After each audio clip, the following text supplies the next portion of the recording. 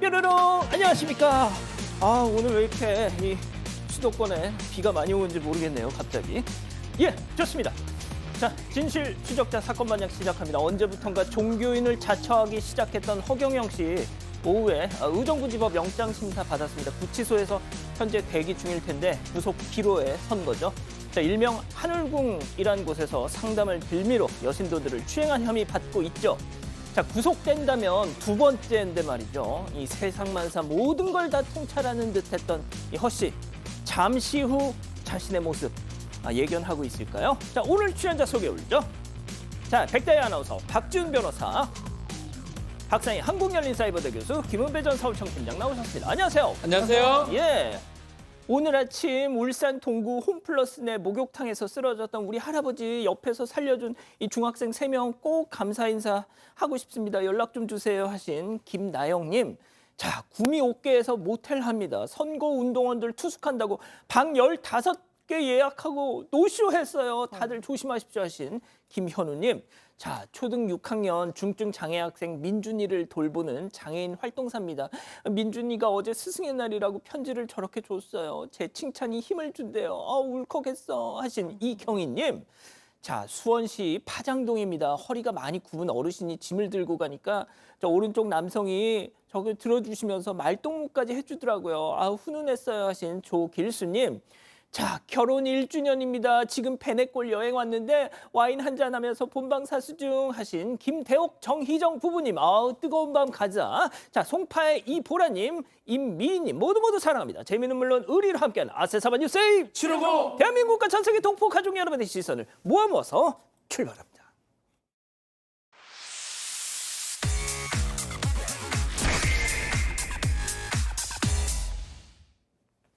첫 번째 가볼까요? 자, 황정음 회사 돈 43억 횡령입니다. 자, 배우 황정음 씨가 재판을 받았습니다. 근데 혐의가 횡령죄. 좀 생소한데요. 네, 배우 황정음 씨가 본인 소유의 기획사 공금을 횡령해서 가상화폐에 투자한 사실이 적발이 됐습니다. 해당 기획사는 황정음 씨가 소속사 이적 전에 활동한 시기에 설립한 1인 기획사인데요. 황정음이 지분 100%를 소유하고 있는 가족 법인이고 황정음이 현재 배우로 활동하고 있는 소속사와는 무관한 걸로 전해졌습니다. 황정음은 지난 2022년 초쯤에 기획사가 대출받은 자금 7억 원을 가지급금 명목으로 수령해서 암호화폐에 투자했는데요. 그해 12월까지 회사 돈 총 43억 4천여만 원을 횡령한 혐의로 현재 불구속 기소됐습니다. 황정은 측은 공소 사실을 인정하면서 당시 지인으로부터 투자를 권유받아서 잘 알지 못하는 그 투자에 뛰어들게 됐다. 회사 성장 의도로 투자했지만 법인이 직접 보유할 수 없어서 일시적으로 본인 명의로 거래를 한 거다라고 전했습니다. 어제 이와 관련한 횡령 혐의로 첫 공판이 열렸는데요. 황정음 측은 코인을 매도해서 일부 피해를 변제를 했고 남은 금액도 부동산을 매각해서 갚을 예정이라고 밝혔습니다. 자, 박 변호사님, 예. 이 유명인들은 이런 거 한번 있으면 후폭풍이 계속 이어져요. 맞습니다. 이게 뭐 유죄가 아직 된 건 아니지만 만약에 유죄가 되거나 이러면 이 광고 계약서 같은 거 보면 이런 게 있으면 뭐 위약금 물거나 해제되는 이런 경우도 생길 수가 있는데요. 지금 아직 그 단계는 아닌 것 같습니다. 그럼에도 불구하고 광고계에서는 벌써 손절하고 있는 모습들이 보이고 있어요. 특히 15년 전에 나왔던 프로그램에 예전에 같이 나왔던 사람들하고 찍었던 광고가 있는데 네. 황정음 씨만 지금 빠진 모양새입니다. 그리고 예능 프로 하나 출연했던 게 있는데 마지막 장면을 앞두고 황정음 씨를 아주 최소화하는 그런 어떤 방송에 지금 그걸 봤을 때는 많은 어떤 방송계에서는 좀 손절하는 모양새가 아닌가 이렇게 보입니다. 그렇군요. 좋습니다. 다음 이어가죠. 빈 가게에서 쉐킷. 자, 놀라운 장면 제보 영상 만나보시죠. 자, 불 꺼진 가게 안에 홀로 성큼성큼 들어오는 저 여성. 자, 주변을 두리번 하다가 자, 냉장고 가서 바로 꺼내든 것은 다름 아닌 고량주 까오량정. 자, 한번 꺼내서 냄새를 쓱 띵하오 한 모금 마시고요. 뚜껑이 쭈루룩 한 입 더 먹었어. 자, 이번엔 테이블로 갑니다. 본격적으로 컵을 꺼내서 고량주를 쩔쩔쩔쩔쩔. 자, 그리고 레몬즙도 따라서 하이볼을 완성해서 자, 냉장고 열어서 이제는 소주까지. 자, 주방으로 들어와서 안주거리 찾아서 뒤적뒤적 여기 안주빨 진짜 죽인다. 자, 냠냠쩝쩝 냠냠쩝쩝 요리조리 한참을 뒤지고요. 짐을 그제서야 챙겨가지고 이제 나갈 것 같아. 아이고 얼굴 자 총총 떠납니다. 자, 그러니까 이게 지금 남의 영업장에 몰래 들어와서 벌인 일이라는 거죠? 네, 맞습니다. 지난달 26일 서울 마포구에서 한 주점을 운영하는 제보자 가게에서 일어난 일인데요. 아침 7시가 넘은 시간에 후드 모자를 쓴 여성이 영업이 끝난 가게로 들어와서 냉장고에서 고량주를 꺼내고 레몬즙을 넣어서 하이볼을 만들어서 먹었습니다. 이뿐만 아니라 각종 식재료들을 꺼내 먹기도 하고요. 이 소주 한 병과 마늘 후레이크 등 이 식재료를 챙겨서 유유히 사라졌는데요. 제보자는 그날 점심에 출근을 해서 이 땅바닥에 떨어진 음식물들, 또 테이블에 놓인 술병을 보고 CCTV를 확인했다고 합니다. 이 제보자에 따르면 아침 일찍 식재료를 배달해주는 이 배달원분이 오시는데 그때 가게 문이 열린 걸 알고 들어온 것 같다라고 말했습니다. 가오량주 하면 또 우리 박 변호사님 아닙니까? 맞습니다. 예. 고량주 되게 좋아하는 편인데 고량주를 일부러 찾아 먹기는 쉽진 않습니다. 여성 입장이라면. 그래서 지금 경찰에 신고를 했는데 일단 잡히고 있는 상황은 아닌데 추측컨대 이제 영상이 사실 있기 때문에 40대 외국인 여성이라고 합니다. 아, 외국인 여성. 40대 외국인 여성이고요. 이 고량주나 이런 것들을 좀 좋아하는 아주 특별한 상황인데 어쨌든 간에 이 CCTV 영상상으로는 아직까지는 얼굴은 공개됐지만 잡히고 있지 않는 그런 상황이고 추적 중인 상황으로 보입니다. 그렇군요. 알겠습니다. 자, 다음 이어갑니다. 지나친 공짜 사랑입니다. 자, 파도 계속되는 민폐족들 제보 영상 만나보시죠. 자, 추적 비 내리는 아침 우산 쓰고 등장한 여성. 우산들 꽂혀 있는 걸로 하나 뽑더니 어머 이거 완전 내 스타일이다 하더니 뚜벅뚜벅 지팡이 삼아서 걸어갑니다. 아니, 네 거 있잖아. 네 우산 있잖아. 네, 비가 오던 지난달에 있었던 일이에요. 성북구에서 철물점을 운영하시는 사장님께서 제보해 주셨는데요. 저렇게 한 여성이 철물점 앞에 놓아둔 우산을 그냥 자기 건 것처럼 딱 가져가는 거예요. 철물점에 물건을 납품하러 온 배달원이 그 모습을 발견해서 얘기를 해줬습니다. 그래서 100m 정도를 저 여성을 막 쫓아가셨어요. 예. 그래서 왜 남의 물건을 가져가냐 그랬더니 막 이상한 얘기를 하십니다. 가져가라고 했다. 뭐 누가 한지는 얘기 안 하고요. 버린 건 줄 알았다. 막 이렇게 얘기하셔서 그 뻔뻔함에 기가 막혔지만 다음부터 그렇게 얘기하지 마세요라고 얘기하면서 보내주셨다고 합니다. 그 후에도 동네에서 좀 마주치신데요. 아이고. 동네 주민인 것 같은데 왜 저러나 싶다고 하십니다. 그렇군요. 자, 두 번째 제보 영상 이어갑니다. 자, 인도에 가만히 서서 가로수 화분을 향해서 무언가 하는 저 여성. 역시나 화분에 심어진 꽃들을 쏙쏙쏙 뿌리째 쏙쏙쏙 그렇게 공공재 꽃들을 한가득 챙기고 저렇게 챙기고 사뿐사뿐 또 걸어서 사라지겠죠. 예, 지금 가네요. 자, 경찰 되기 전에 철부지 시절 수박서리 하셨던 우리 김은배 팀장님 어떻게 보셨습니까? 수박이 아니고 딸기인데요. 진짜. 네. 어쨌든 간에 지난 2일 오후 1시경 그 관악구 거리에 있는 것을 제보자가 발견한 상황인데요. 한 여성이 이제 가로수 화분대로 왔습니다. 그런데 꽃들이 있으니까 꽃을 뽑아 가는데 화분삽이 없으니까 숟가락을 이용해서 뿌리까지 꾹 찔러서 뽑아 간 거예요. 그러니까 그걸 본 제보자가 아니 꽃을 가져가시면 안 되죠 했더니 화분에 심을 거예요 하면서 민망한 반응을 보이면서 그냥 몽땅 가져갔는데 저 꽃은 사실은 공공재물이기 때문에 가져가게 되면 절도죄가 성립하기 때문에 6년 이하의 징역이나 1천만 원 이하의 벌금을 처하기 때문에 가져가시면 안 됩니다. 좋습니다. 예, 마지막 사연으로 가볼게요. 역시 남편은 남의 편입니다. 자, 집단 지성의 판단을 받아보고 싶으시다면서 제보해 주신 사연 함께 들어보시죠. 안녕하세요. 결혼 30년 차 50대 여성입니다. 아들 둘 있는 집 맏며느리인데요. 저는 결혼하고 지방으로 이사를 오면서 일을 그만뒀어요. 그래서 저희 집은 외벌이고 동서내는 맞벌인데 시어머니가 그걸로 저와 동서를 차별하십니다. 명절날 새벽부터 어머님을 도와서 차례상을 다 차리고 나면 어머님은 그제서야 동서를 깨우라고 하세요. 심지어 직접 주스까지 갈아서 갖다 주라고 하시는데요. 생활비를 아껴서 용돈을 드릴 때도 제 건 아무 말 없이 받으시더니 동서한테만 고맙다고 하십니다. 서러웠지만 일하는 동서보다 돈을 적게 들여서 그러나 보다 하고 넘겼는데요. 그런데 얼마 전 제가 남편 월급 통장을 관리하게 되면서 남편이 몰래 시댁에 계속 용돈을 드리고 있다는 걸 알게 됐습니다. 금액도 꽤 크더라고요. 심지어 남편이 일이 어려워서 생활비를 잘 못 받을 때도 몰래 몇백이나 되는 돈을 시댁에 드리고 있었더라고요. 어떻게 된 거냐고 물으니까 내 가족한테 용돈 주는 게 뭐가 문제냐면서 다신 이야기 꺼내지 말라 이렇게 화를 냈습니다. 며칠 전에 시어머니가 갑자기 나 네 남편한테 돈 한 푼 받은 적 없다라고 하시길래 갑자기 무슨 소리시지 하고 넘겼는데 이제 와서 생각해보니까 좀 도둑이 제발저럴 그러셨나 싶었어요. 그런 모습을 보니까 30년 동안 용돈 덜 들인 며느리도 혼자 눈치 봤던 세월이 너무 억울합니다. 남편은 스트레스 주지 말라면서 대화를 거부해서 너무 답답한데요. 제가 나쁜 며느리고 나쁜 아내인 건가요? 자, 기다리고 기다리셨던 부처 핸즈업 타임. 지금 6천여 분의 우리 가족 여러분들 함께하고 계신데요. 채팅창에 OX로 함께 참여해 보시죠. 먼저 사연자 아내입니다. 야, 김은배, 네가 그러고도 내 서방이야.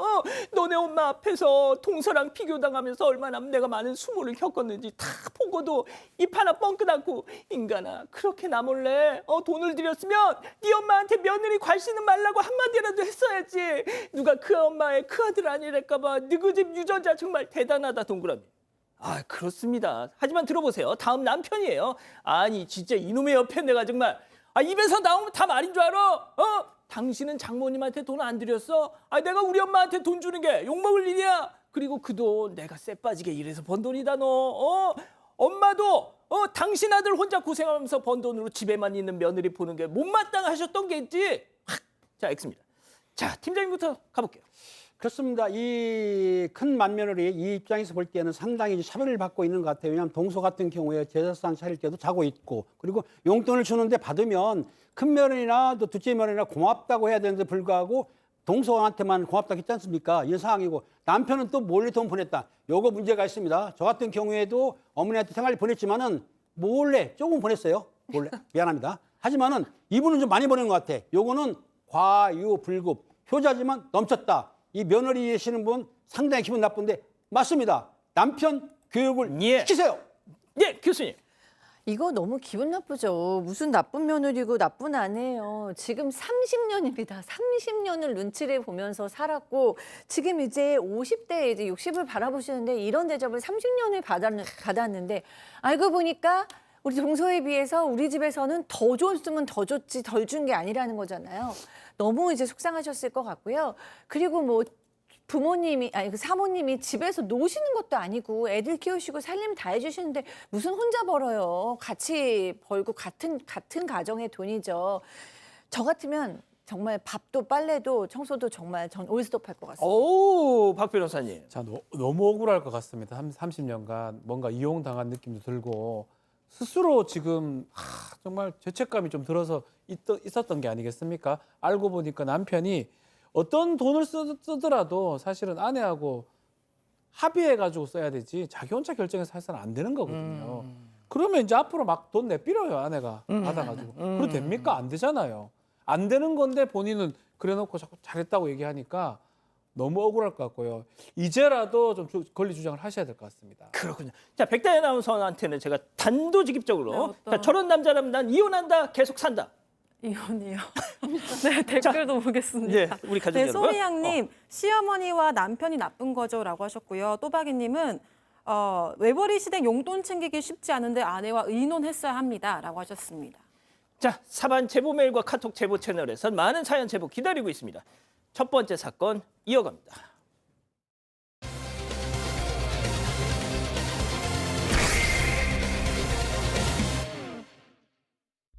손흥민 선수 측에 접근해 돈을 뜯으려 한 40대 남성이 한 달 전 사건 반장에 제보를 해왔습니다.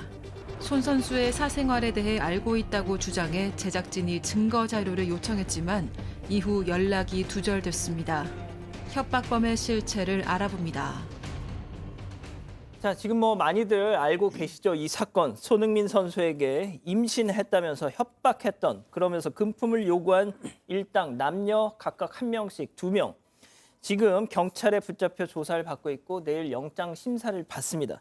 자, 그런데 그 일당 중 한 명 남자가 한 달 전에 저희 사건 반장에 제보를 했습니다. 네, 맞습니다. 현재 경찰에 붙잡힌 20대 여성과 40대 남성은 축구대표팀 주장 손흥민 선수에게 아이를 임신했다고 주장을 하면서 이 수억 원을 요구한 혐의를 받고 있습니다. 경찰은 이들을 각각 공갈 그리고 공갈미수 혐의로 구속영장을 신청했고 오늘 오후에 서울중앙지검이 구속영장을 청구했다는 소식이 들어왔습니다. 내일 오후 2시에 영장실질심사가 열리는데요. 그런데 이 중 40대 남성이 지난달 21일에 사건 반장에 제보를 해왔었습니다. 당시 제보자는 상대가 손흥민 선수라는 걸 밝히지 않았는데 대신에 현 한국 축구대표 유럽파라고 말하면서 한국 20대 여성 낙태 종용, 카톡 및 증거 내용과 수술 기록지를 가지고 있다 이렇게 밝혔습니다. 제작진은 좀 더 자세한 내용을 들어보기 위해서 연락을 취했는데요. 제보자는 여자친구 때문에 알게 됐다면서 좀 충격적인 내용을 털어놨습니다. 하지만 이 제작진이 사실관계 확인을 위해서 이 증거가 필요하다고 요청을 했는데요. 그런데 이후 연락이 두절이 됐었습니다. 최근 손흥민 선수의 고소 사실이 보도되면서 이 제보자가 손 선수 측을 협박한 일당 중에 한 명이라는 사실을 알게 된 상황입니다. 국가대표 축구 선수 유럽파 선수가 저런저런 이런저런 짓을 했다. 그 증거가 있다. 하길래 저희가 야 그럼 증거를 내놔. 증거도 우리도 좀 보자. 확인을 할게 했더니 고민 좀 할게. 그러면서 전화를 끊더니 그 뒤로는 잠수를 탄 겁니다. 자, 그때 말이죠. 이 협박범 제보 이유를 이런 얘기를 했었는데 황당했습니다. 체크포인트 짚어보죠. 자, 저희가 정말 다양한 내용의 제보를 받습니다. 자, 그런데 방금 보신 것처럼 뭐 먹어라, 증거 자료도 안 주고 연락이 두절됐습니다.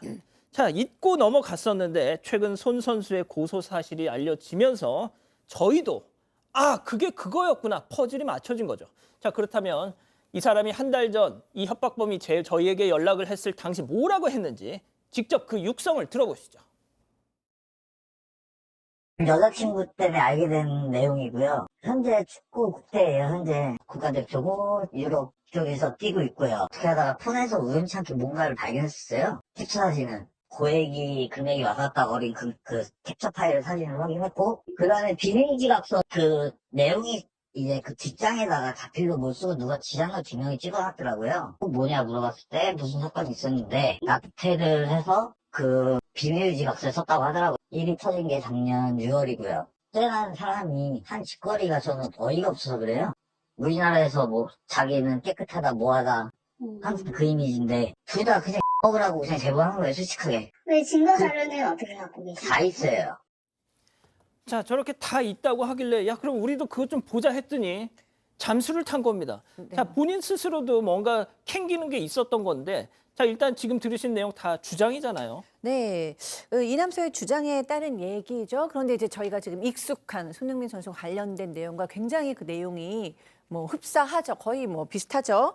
이 남성의 주장에 따르면 자기는 자기 그 여자친구를 결혼을 생각해봤던 여자인데 그 여자친구의 휴대폰을 우연히 봤다라는 거예요. 근데 거기에 캡처 사진이 있었다는 거죠. 근데 캡처 사진과 함께 비밀 유지 각서도 함께 있었습니다. 그런데 너무 거액이고 그래서 추궁해서 물어봤더니 작년 6월에 무슨 사건이 좀 있었는데 본인이 낙태를 했고 비밀을 유지하겠다라는 각서를 썼다라는 거예요. 그리고 그 각서 뒤에는 자필로 뭐라고 써 있고 두 사람의 지장이 찍혀 있었다라고 또 얘기했습니다. 이 남성은 이 해당 선수가 굉장히 깨끗한 이미지를 갖고 있는데 어떻게 이럴 수 있냐라고 생각하면서 화도 났고 그것 때문에 여자친구랑 헤어졌다고 주장을 하고 있습니다. 그래서 솔직하게 둘 다 골탕 먹으라고 이렇게 먹으라고 제보하는 것이다라고 얘기를 했습니다. 그러니까 본인이 원하는 어떤 것을 이루지 못했기 때문에 이렇게 골탕을 먹이고 싶어하지 않나 하는 추측이 되는 항목입니다. 예. 자, 이 20대 여성 지금 모델 업계 종사자라고 지금 전해지고 있는데요. 자, 그래서 저희가 이 협박범의 한 얘기 손흥민 선수 측에도 물어봤어요. 진짜 이 협박범이 하는 얘기가 사실이냐? 어디까지가 사실이냐? 야, 일단은 손흥민 선수 측에 따르면 이 여성하고 좋게 만난 거, 교제한 거는 사실이라고 얘기를 하고 있습니다. 그리고 지난해 6월에 임신 사실을 그 여성 측이 알렸다고 합니다. 그래서 임사를 듣자마자 좀 만나서 얘기를 하자라고 이제 손흥민 씨 측은 얘기를 했는데 필요 없다. 만나서 얘기할 필요 없고 그냥 돈을 달라고 얘기를 했다라고 해요. 그래서 결국은 3억을 이제 줬기는 줬는데 이때 외부에 밝히지 않는다는 조건으로 아마 비밀 유지 각서 같은 것도 작성을 했다는 게 손흥민 씨 측 주장이긴 합니다. 또 손 선수 측에 따르면 해당 여성이 당시가 임신했는지 이것도 확인도 안 되는 거고 또 손흥민 씨 아이인지도 그것도 확인이 안 된다라고 얘기를 하고 있는 상황이고요. 또 관련 내용 관련해서는 경찰에 모두 제출했고 초음파 사진 같은 것들은 조작된 것이라고 주장을 한 상황입니다. 자, 우리 가족 여러분들도 이제 감안해서 들으셔야 할 것이 지금 이 남녀 협박 피의자들의 주장, 지금 이 두 사람은 지금 내일 영장 심사를 받는 협박 피의자들입니다. 그런 협박 피의자들의 주장이라는 걸 좀 감안해서 들어주셨으면 좋겠어요. 자, 그러니까 정리하면 이겁니다. 그 모델업계 종사자라는 여성과 교제를 한 건 맞지만 손 선수의 아이를 임신한 건 절대 아니다. 이게 이제 손 선수 측의 입장인 건데요. 자, 그런데 그걸 막 계속 폭로하려고 협박을 했기 때문에 어쩔 수 없이 그 요구한 돈을 줄 수밖에 없었다. 자, 그렇게 사건은 일단락되나 했는데 웬걸 지난 3월 갑자기 또 다른 남성이 어떤 다른 남성이 앞서 설명해드린 그런 협박을 이어갔다는 겁니다. 자, 그 부분 그 협박범 저희한테 말한 내용이 있습니다. 또 들어보시죠. 처음에는 통화를 했었습니다. 저랑 노 에이전시랑 그 비밀 유지 각서 때문에 통화를 하게 됐어요. 맨 처음에. 근데 그게 기한도 없고 무제한으로 뭐 그러니까 죽을 때까지 있고 배상액은 30억을 특정해서 그렇게 썼다고 하더라고요. 그래서 유지 각서를 변경 요청을 했어요. 근데 그쪽에서 거부를 하더라고요. 안 된다고. 그래서 그것 때문에 이제 헤어지게 됐어요. 만약에 그게 변경이 안 되면 저한테까지 피해가 올까봐 단순하게 돈을 달라고 한 것도 아니고 그 비밀유지각서 내용을 변경해달라고 요청했을 뿐인데 뭐 그쪽 담당 에이전시에서는 하는 말이 고소를 하겠다. 유출하면 그 얘기를 하더라고요. 그게 2월인가 3월인가 그랬을 거예요. 자, 이 내용 들으면서 제일 황당했던 것이 본인은 제3자잖아요. 뭐 남편도 아니고 남자친구잖아요. 자, 그런데 이 각서 내용 변경을 해달라. 그걸 왜 자기가? 네, 그렇죠. 이 남성은 제작진한테 각서 내용이 변경되지 않으면 본인에게 피해가 올까 봐 이런 이유를 댔지만 좀 상식적으로 납득하기가 어렵습니다. 그러면서 이런 문제 때문에 여자친구와도 헤어지게 됐다고 주장을 했는데요. 이 남성 주장에 따르면 비밀 유지 각서는 죽을 때까지 비밀을 유지하는 조건이었고 이걸 어긴다면 30억 원을 이 배상해야 한다고 하더라라고 전했습니다. 그러면서 남성은 단순히 돈을 달라는 것도 아니고 라고 주장하면서 손 선수 측에서 비밀 유지 각서 내용을 유출하면 고소하겠다고 하니까 결국 이 같은 이유로 둘 다 골탕 먹으라는 취지로 제보를 하게 됐다. 이렇게 밝혔습니다. 자, 들으신 것처럼 이 협박 피의자는 저는 돈 달라고 그런 거 없어요. 라고 지금 들으셨잖아요. 자, 그런데 교수님. 네. 지금 경찰이 파악하고 있는 내용은 다릅니다.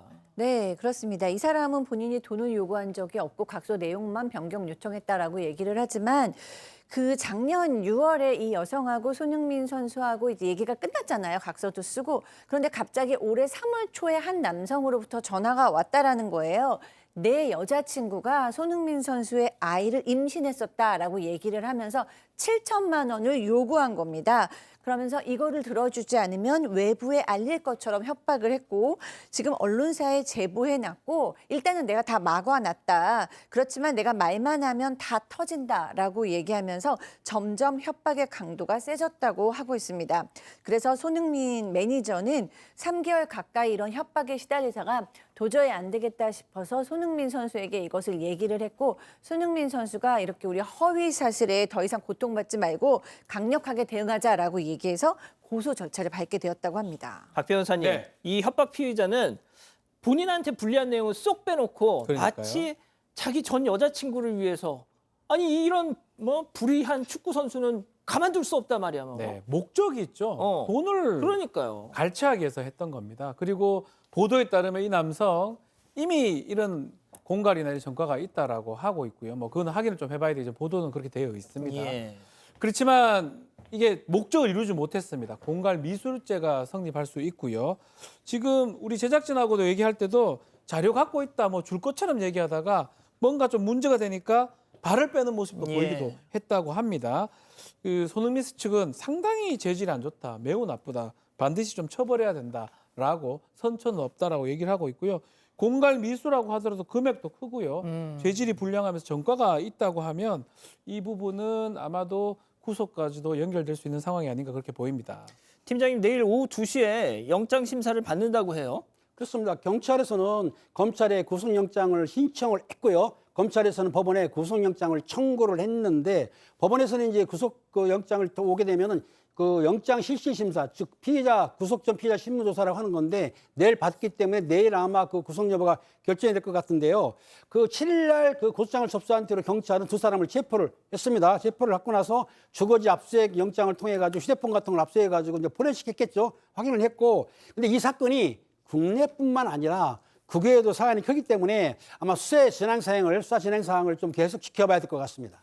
뭐 아시다시피 손흥민 선수 주말에도 리그 경기가 있고 다음 주에는 또 유로파 리그 결승전 또 앞둔 상황에서 아무튼 좀 계속 지켜봐야 될 것 같습니다. 이렇게 정리하고요. 두 번째 이어갑니다.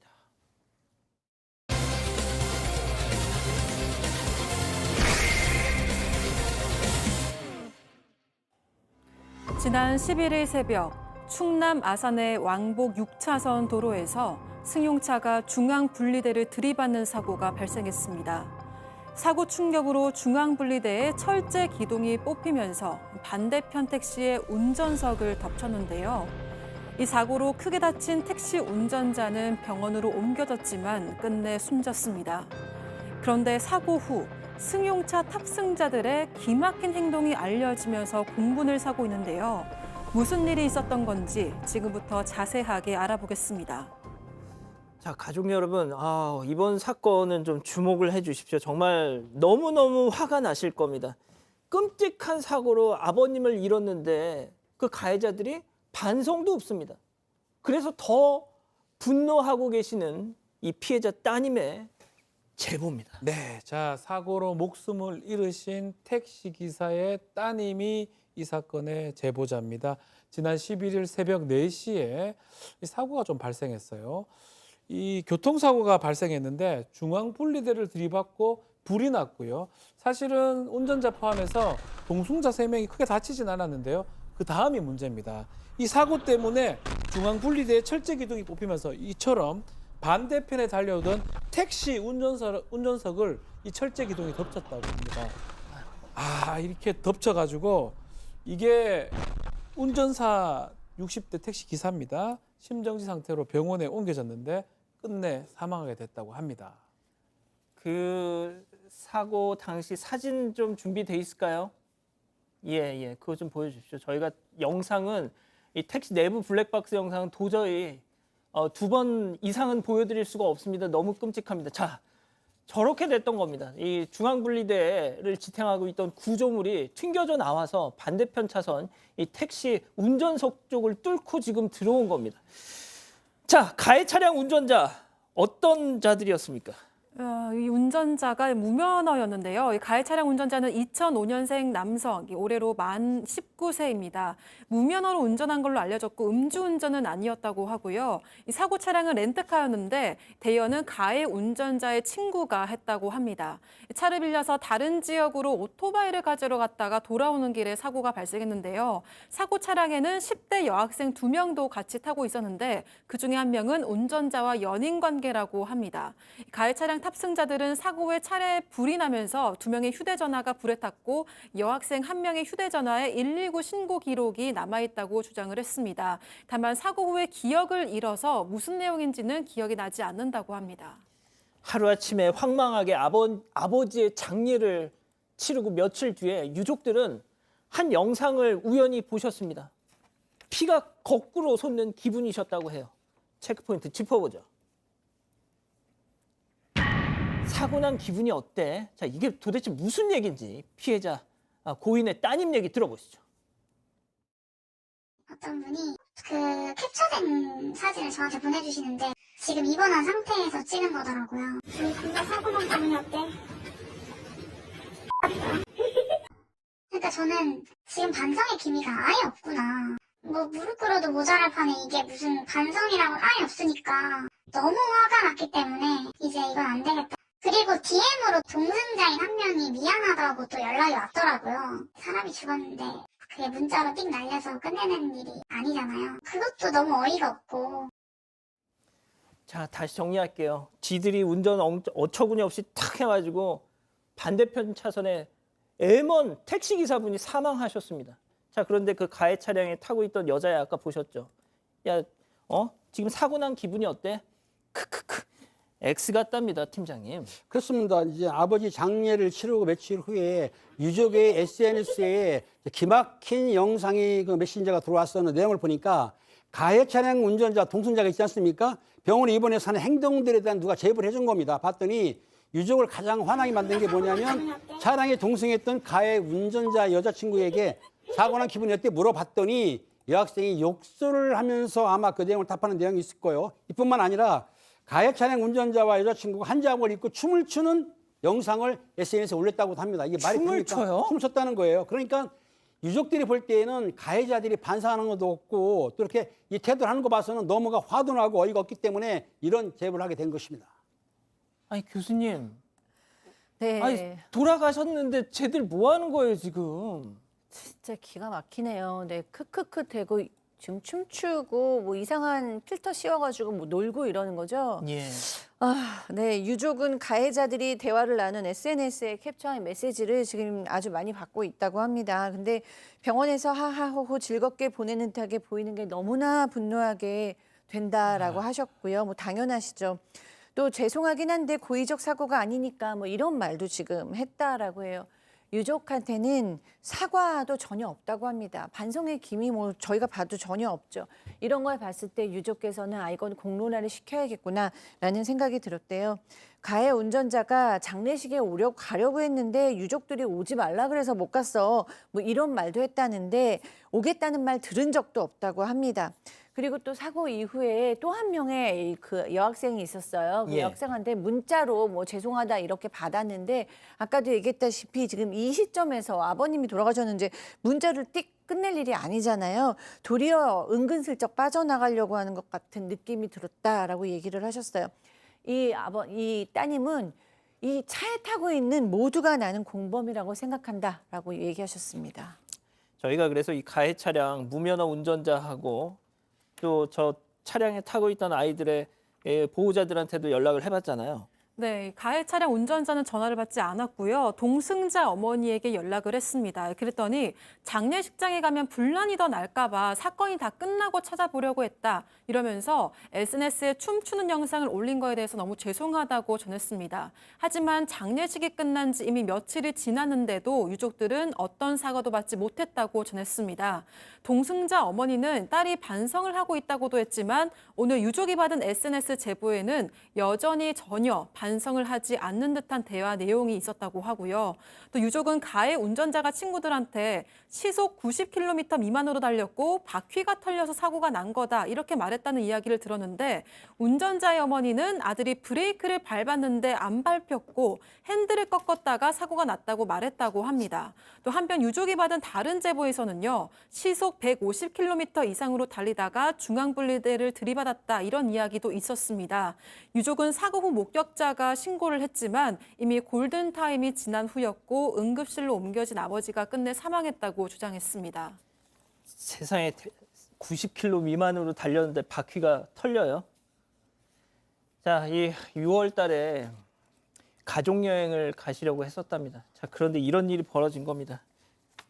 따님 얘기 더 들어보시죠. 그리고 저희 오빠가 내년에 결혼을 하는데 자랑하면서 거의 갈 거라고 그리고 다른 지인분들한테도 많이 말해놨더라고요. 우리 아들 결혼한다고 맨날 쉬지도 않고 일하시고 어떻게든 한 푼이라도 벌려고 새벽에 나가시다가 그렇게 변을 당하실 건데 진짜 왜 하필 우리 아빠고 왜 하필 걔네들이 이렇게 끌었는지 너무 화가 나고 분노가 차서 진짜 일상생활이 너무 힘들어요. 가해자는 아예 반성도 안 하고 있고 반성하는 기미가 보여도 이게 풀어질까 말까인데 일단 이 가해자들은 어떻게든 처벌을 강력하게 받았으면 하는 그런 마음이 있어요. 자, 교수님 뭐 전해 주시죠. 네, 지금 2주 후에 부모님의 결혼 기념일이었다고 하고요. 또 오빠의 결혼식도 곧 있을 예정이라 아버님께서 그 결혼식을 너무 많이 기다리셨대요. 5월 달에 또 아버님 결혼 기념일도 있지만 따님의 생일까지 있어서 6월 달에는 가족 여행을 앞두고 있었는데 결국 갈 수가 없게 되었다고 너무 속상해 하셨어요. 많은 분들이 기사님이 너무 따뜻하고 친절하신 분이셨다라고 얘기를 해주셔서 마음이 더 아팠다고 합니다. 반성의 기미도 없는 이 가해자들 엄정하게 강력하게 처벌받기 원하신다고 덧붙이셨습니다. 박 변호사님, 네. 법적인 처벌 이런 거는 차치하고요.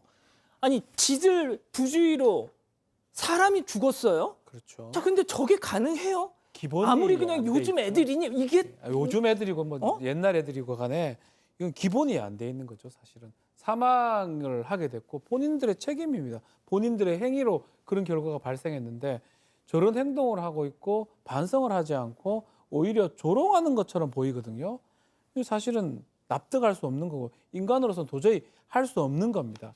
사실은 범죄가 엄청 안 클 가능성도 있어요. 왜요? 뭐 무면허 운전이나 이 정도 하고 이 사망이나 이런 거에 대해서 예견 가능성 때문에 책임을 기소시킬 수 있을지는 지켜봐야 되는데 막 그런 것 때문에 혹시 그런 거라면 저렇게 행동하는 거라면 오히려 좀 더 강력하게 좀 처벌을 해야 될 필요가 있지 않을까 생각돼 봅니다. 이렇게 정리하고요. 별별 상담소 이어갑니다.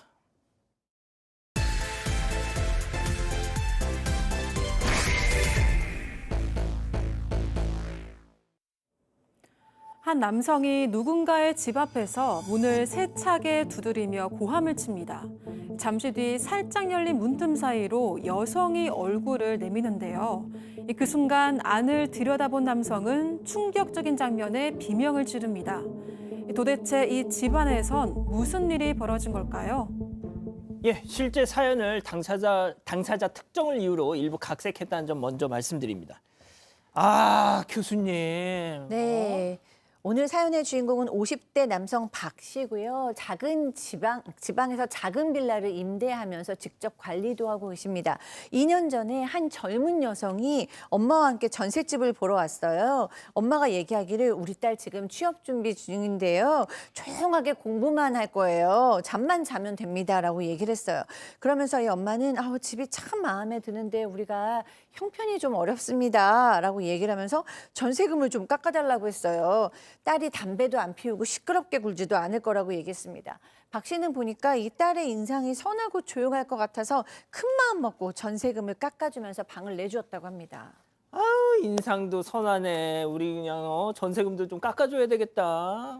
네, 근데 얼마 뒤에 이 빌라에서 애완동물 때문에 시끄럽다는 민원이 하나둘씩 들어오기 시작을 했습니다. 해당 빌라에서는 반려동물이 금지되어 있기 때문에 좀 의아한 상황이었는데요. 알고 보니까 이 모든 소리의 진원지는 바로 몇 달 전에 이 전세금까지 깎아줬던 그 젊은 여성의 집이었습니다.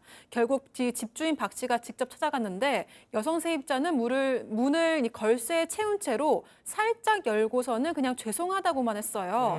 그런데 이 집주인 박 씨에게 이 사과가 전혀 와닿지가 않았습니다. 왜냐하면 왜요? 살짝 열린 문틈 사이로 이 집이 좀 보이는데 정말 엉망이었다고 합니다.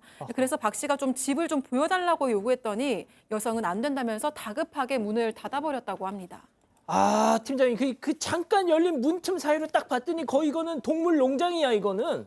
그렇습니다. 이 여성이 보여주지 않으니까 이 박 씨 같은 경우에 사실 매일같이 빌라에서 지켜보고 있었어요. 잠복을 했더니 어느 날 여성이 나왔습니다. 그래서 여출하고 나오는 거를 문 열고 들어가면서 집 좀 보자고 했더니 어느 순간 맙소사 이게 유튜브에서 보던 그 쓰레기 집인 거예요. 쓰레기가 쌓였을 뿐만 아니라 악취가 나는 냄새까지 나니까 이게 뭐 하는 짓이냐. 깨끗하게 쓴다고 해서 전세금도 깎아줬는데 이게 잠상관리하면서 화를 냈더니 여성이 뭐라고 했냐면 죄송해요.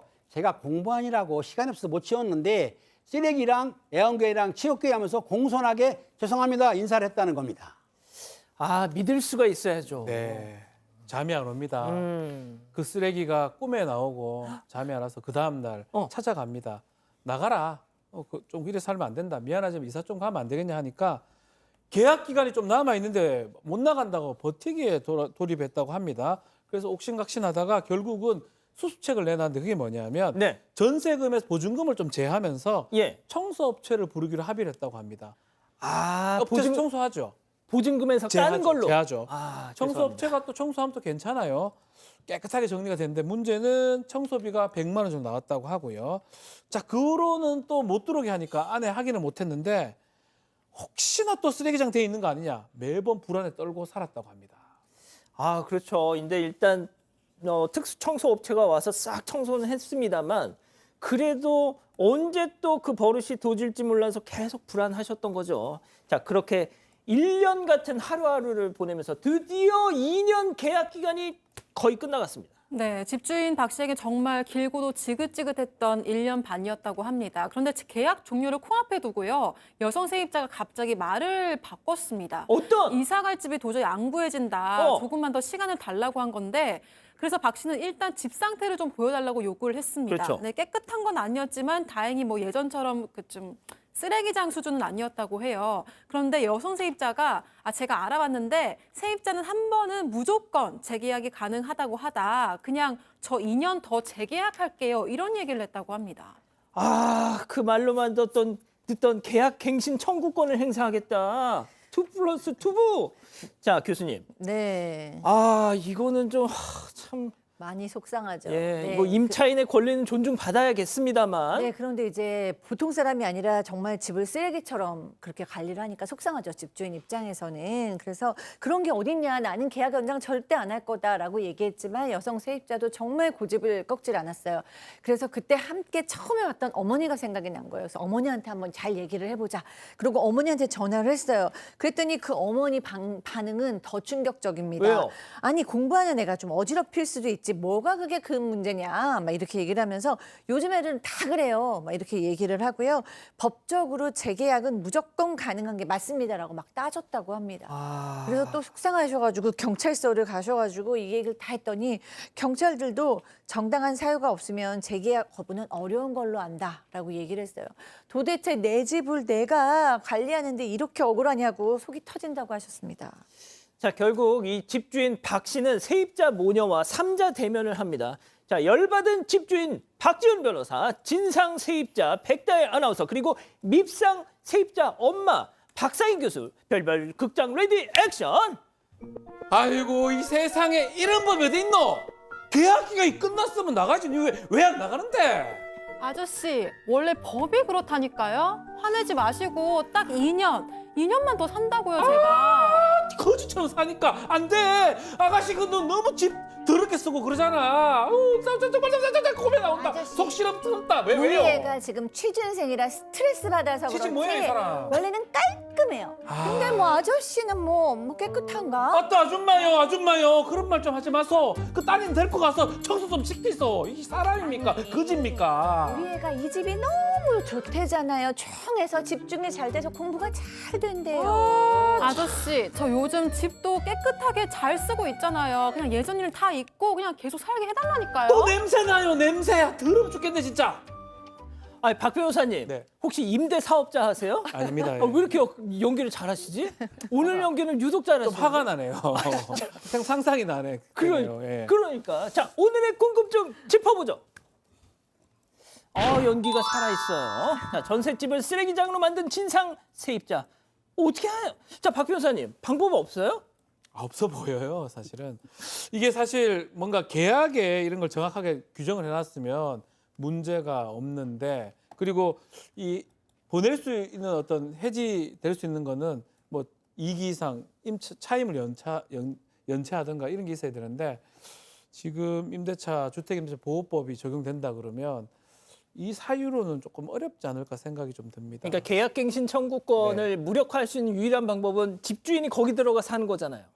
뭐 재건축하든지 뭐 그런 아주 특수한 게 정당한 사유가 돼야 되거든요. 지금 상황상으로 조금 뭐 요 정도만 들었을 때는 좀 쉽지 않아 보인다는 생각도. 또 지금 또 깨끗해졌다면서요, 백다희 씨가. 약간 깨끗해지셔서. 야, 아까 하시던 말씀하고 다른데 그거는 제 아까 냄새 연기였고. 난다고 했잖아요. 그거는 제 연기였고요. 예. 좀 어려운 거 아닌가 싶어요, 제가 좀 봤을 그럼 때. 일단 팀장님이 주실 수 있는 처방은 뭐가 이게 있을까요? 월세가 일정 기간 밀리면 명도소송 가능하지 않습니까? 명도소송에서 받는 것이지 만약 주인이 거기 들어가면 주거 침입, 물건 꺼내면 손괴죄, 절도죄가 되니까 행동하지 마시고 법원을 통해서 명도소송을 해가지고 쫓아낼 수밖에 없다라고 보면 될 것 같습니다. 자, 뭐 교수님이 뭐 법적인 건 말씀 못 해주시겠지만. 그건 모르고요. 법적인 건 모르고 요즘 쓰레기집이 예전에는 저장 강박이라 해서 집에 막 쓰레기를 모아놓는 게 어르신들한테서 많았는데 요즘 이 쓰레기집은 20, 30대 청년들한테 많이 나타나고 있어요. 이게 어떤 환경의 문제라기보다는 심리적인 문제, 정신적인 문제일 가능성이 높다라고 보거든요. 이 취업으로 인한 스트레스도 있을 수도 있고 아니면은 보이지 않는 우울증이라던가 자기 정체성의 문제일 수도 있는데 글쎄요, 좀 가족들이 이 따님의 건강을 위해서도 좀 이렇게 딸을 좀 치료받음으로써 집 좀 깨끗하게 해줄 수 있지 않을까 이런 말씀을 더 해봅니다. 자, 오해하실까봐 박 변호사님 정정을 해주세요. 네. 아까 냄새 나는 냄새 안 나요. 냄새 예. 안 나요. 냄새 너무 향기롭습니다. 예. 자, 말씀해 주세요. 감사합니다. 네, 예. 댓글도 보겠습니다. 눈꽃 요정님은 무조건 내보내세요라고 하셨고요. CCP 아웃님은 내보내는 건 폭탄 떠넘기기 아닌가요? 라고 하셨습니다. 카드 캡틴님은 전세금 올리세요라고 하셨습니다. 자, 별별 상담소 정리하고요. 글로벌 픽 이어갑니다.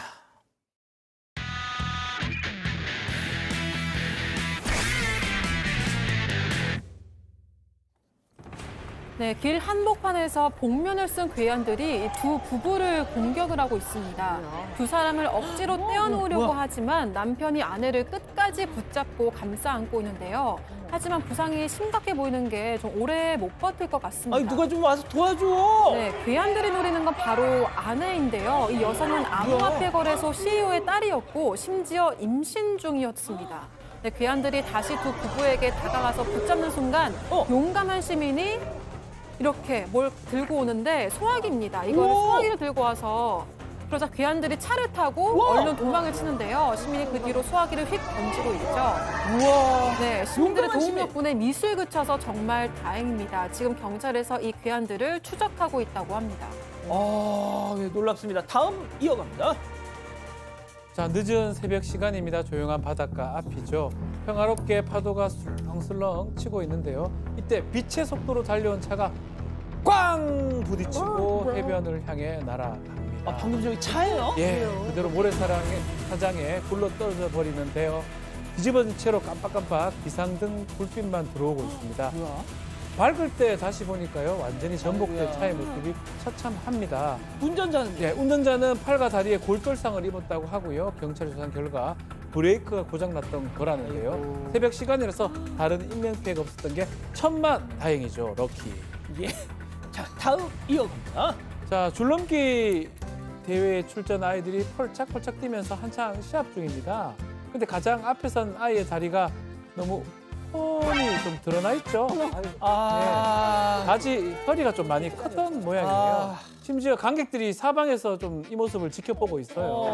그래도 포기할 수는 없어요. 아니, 뭘 찍어? 벗겨진 그대로 계속 펄짝펄짝 뛰어요. 아니, 뭘 찍고 있어, 그거. 마침내 시합이 끝나니까 아유 그제서야 얼른 바지를 쏙쏙 올려 찍죠. 경기 결과는 알려지지 않았지만 이런 의지라면 뭐든지 요건 아니지만 해낼 아이일 것 같습니다. 팀장님, 한 말씀. 옷을 좀 줄여주세요. 작은 옷으로. 큽니다. 자, 마지막 영상 이어갑니다. 네, 강아지가 계단을 내려가려는지 그 앞에 서 있는데요. 그런데 갑자기 뒷다리를 든 채로 이렇게 잠깐 뭐야, 방금. 빠르게 달려서 내려갑니다. 지금 네, 왜 저래? 보셨나요? 이게 앞다리 힘으로만 계단을 내려간 건데 이게 우연이 아닙니다. 또 다른 날에도요. 뒷다리를 번쩍 들어서 앞다리만 써서 빠른 속도로 내려가는데요. 앞으로 넘어질까 봐 조금 걱정되기도 합니다. 왜 저럴까? 네, 강아지 주인은 사고가 나지는 않을까 걱정되는 마음에 네 발로 내려가도록 교육했다고 하는데요. 하지만 강아지가 두 발로 내려가는 걸 고집하고 있다고 합니다. 정말 못 말리네요. 박 변호사님, 왜 저럴까요? 글쎄요, 개 생각을 제가 야 개가 어떻게 저러는지 강아지 마음을 알 길이 없네. 오이구야. 놀랍긴 한 뭐 저 보기 좋은 뭐 아닙니다. 예. 할 말씀이 없으신 네. 걸로. 자, 글로벌 픽 정리하고요. 잠시 뒤에 돌아오겠습니다. 불길 넘어 서로를 향한 마음들 잊지 않겠습니다. 보이지 않는 위험까지 놓치지 않도록 한컴 AI가 하겠습니다. 당신 곁을 지키는 기술 한컴. 일자리 하면 벼루 여기에 또 뭘 추가해? 일자리 알바까지 더해. 국민공식 완성. 국민과 모든 일자리를 연결하다 벼룩시장 공식이니까 외우세요. 얼마나 아름다워. 세상도 우리도 나의 세계를 놀랍게 널.